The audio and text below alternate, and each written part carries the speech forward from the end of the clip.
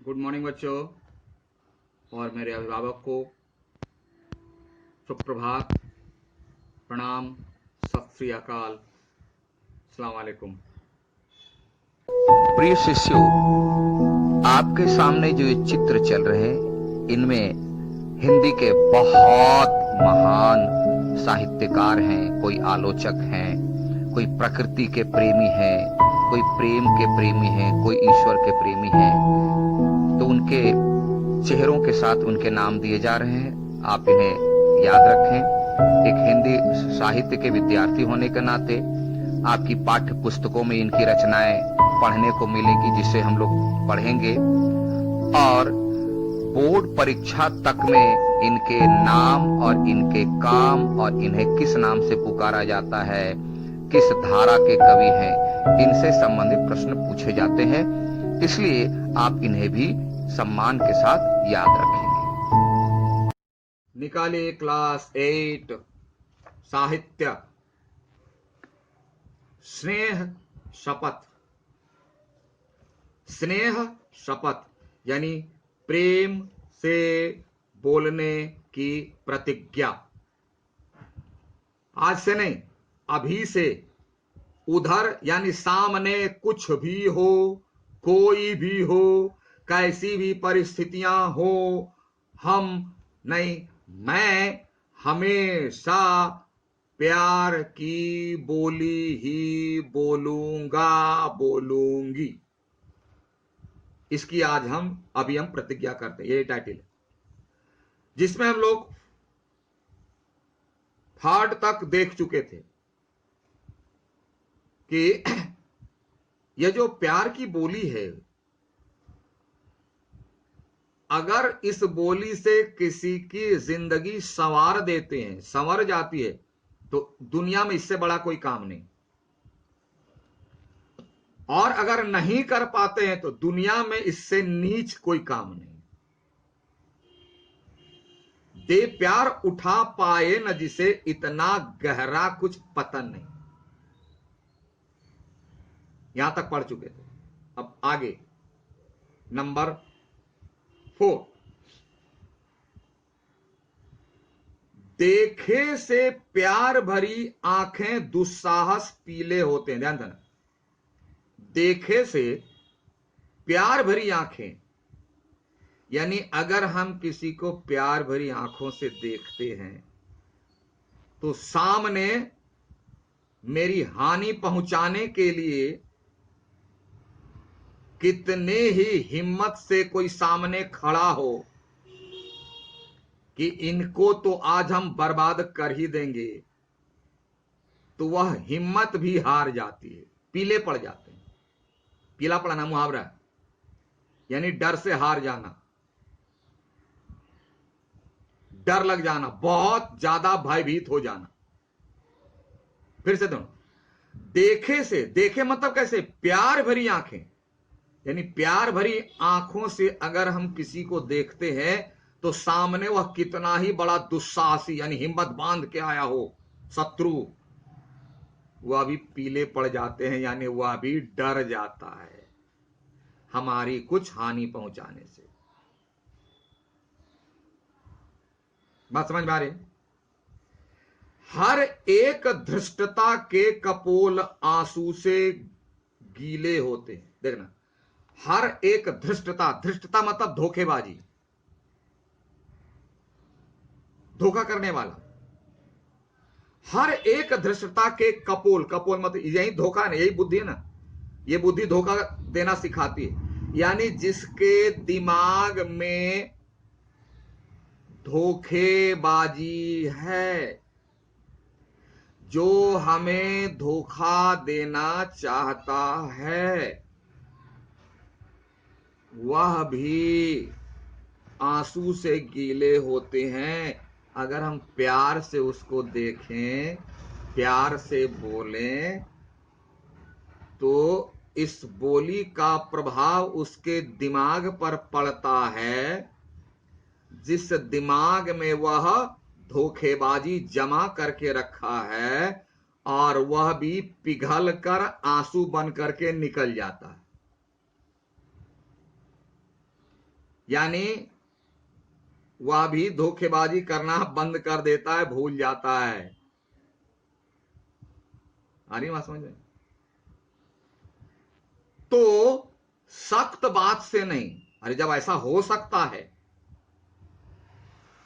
कि जो बड़ी हिम्मत बांध के आया है कि इसकी हानि करेंगे, और इधर से अगर मुस्कुराहट दिखाई पड़ती है तो वह भी डर जाता है, कहां हम आ गए, किसको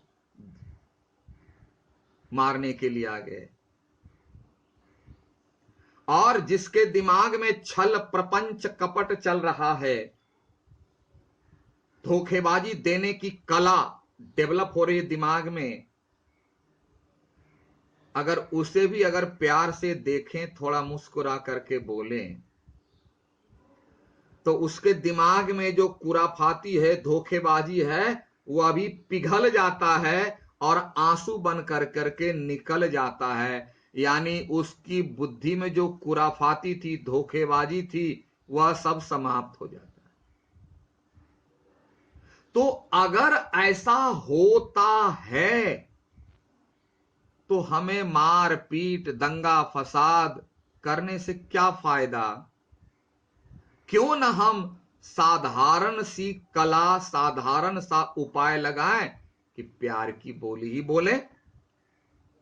अगर डंडा भी लाने जाओगे तो घर जाओगे, डंडा लाओगे, टाइम बीतेगा, ढूंढोगे, गुस्से में अपना खून जलेगा। उससे बेहतर है कि थोड़ा सा मुस्कुरा दिए।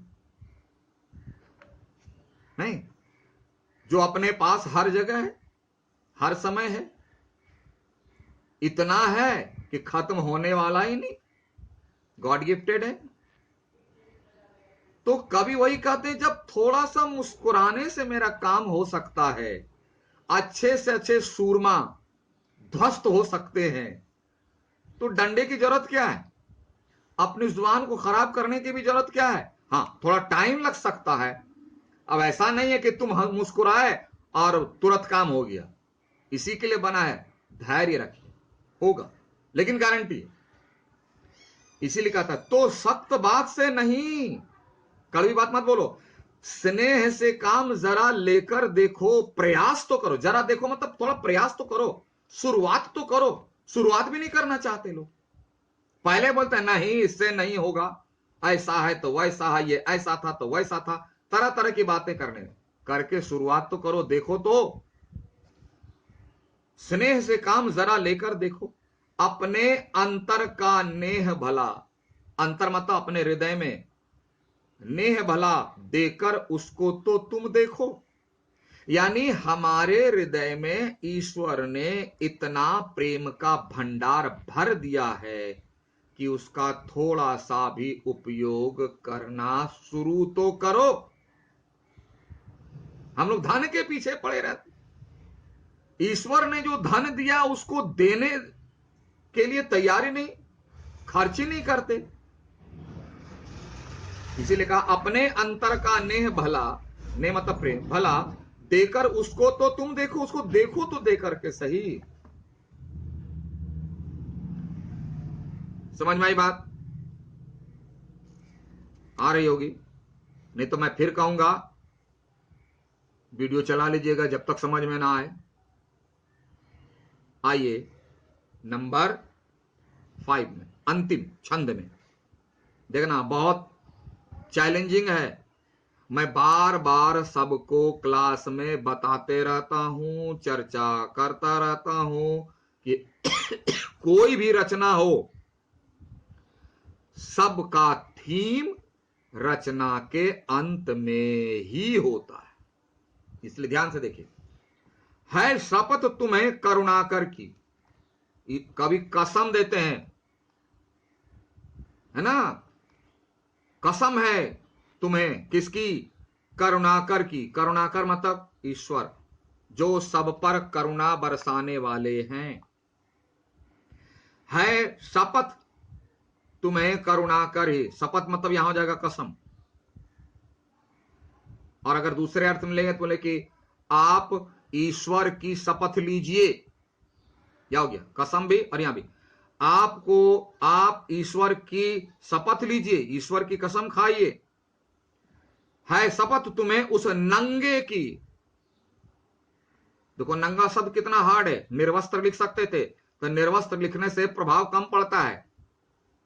नंगा तिलमिला जाते हैं लोग सुन करके।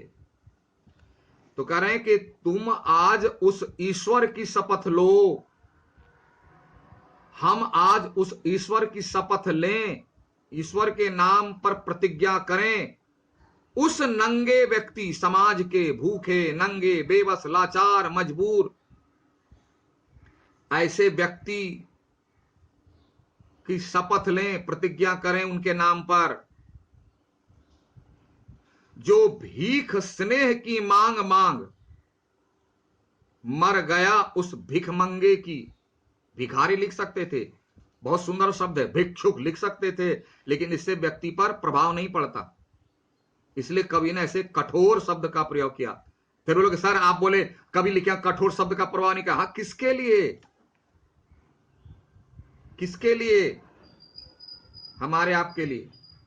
यहां कोई सामने खड़ा नहीं है, बोले सर हम लोग खड़े हैं। हां, ये प्रतिज्ञा लेने को कहते हैं। जब एक बार आप प्रतिज्ञा ले लेंगे उसके बाद आप बदलेंगे।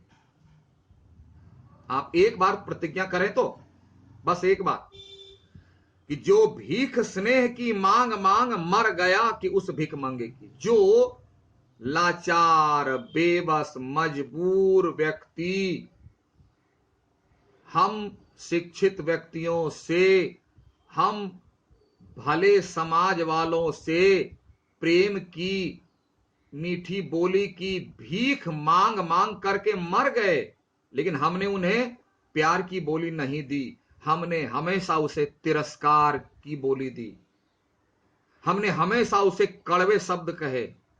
आज ऐसे लोगों के नाम पर हमें प्रतिज्ञा करनी है। क्या प्रतिज्ञा करनी है?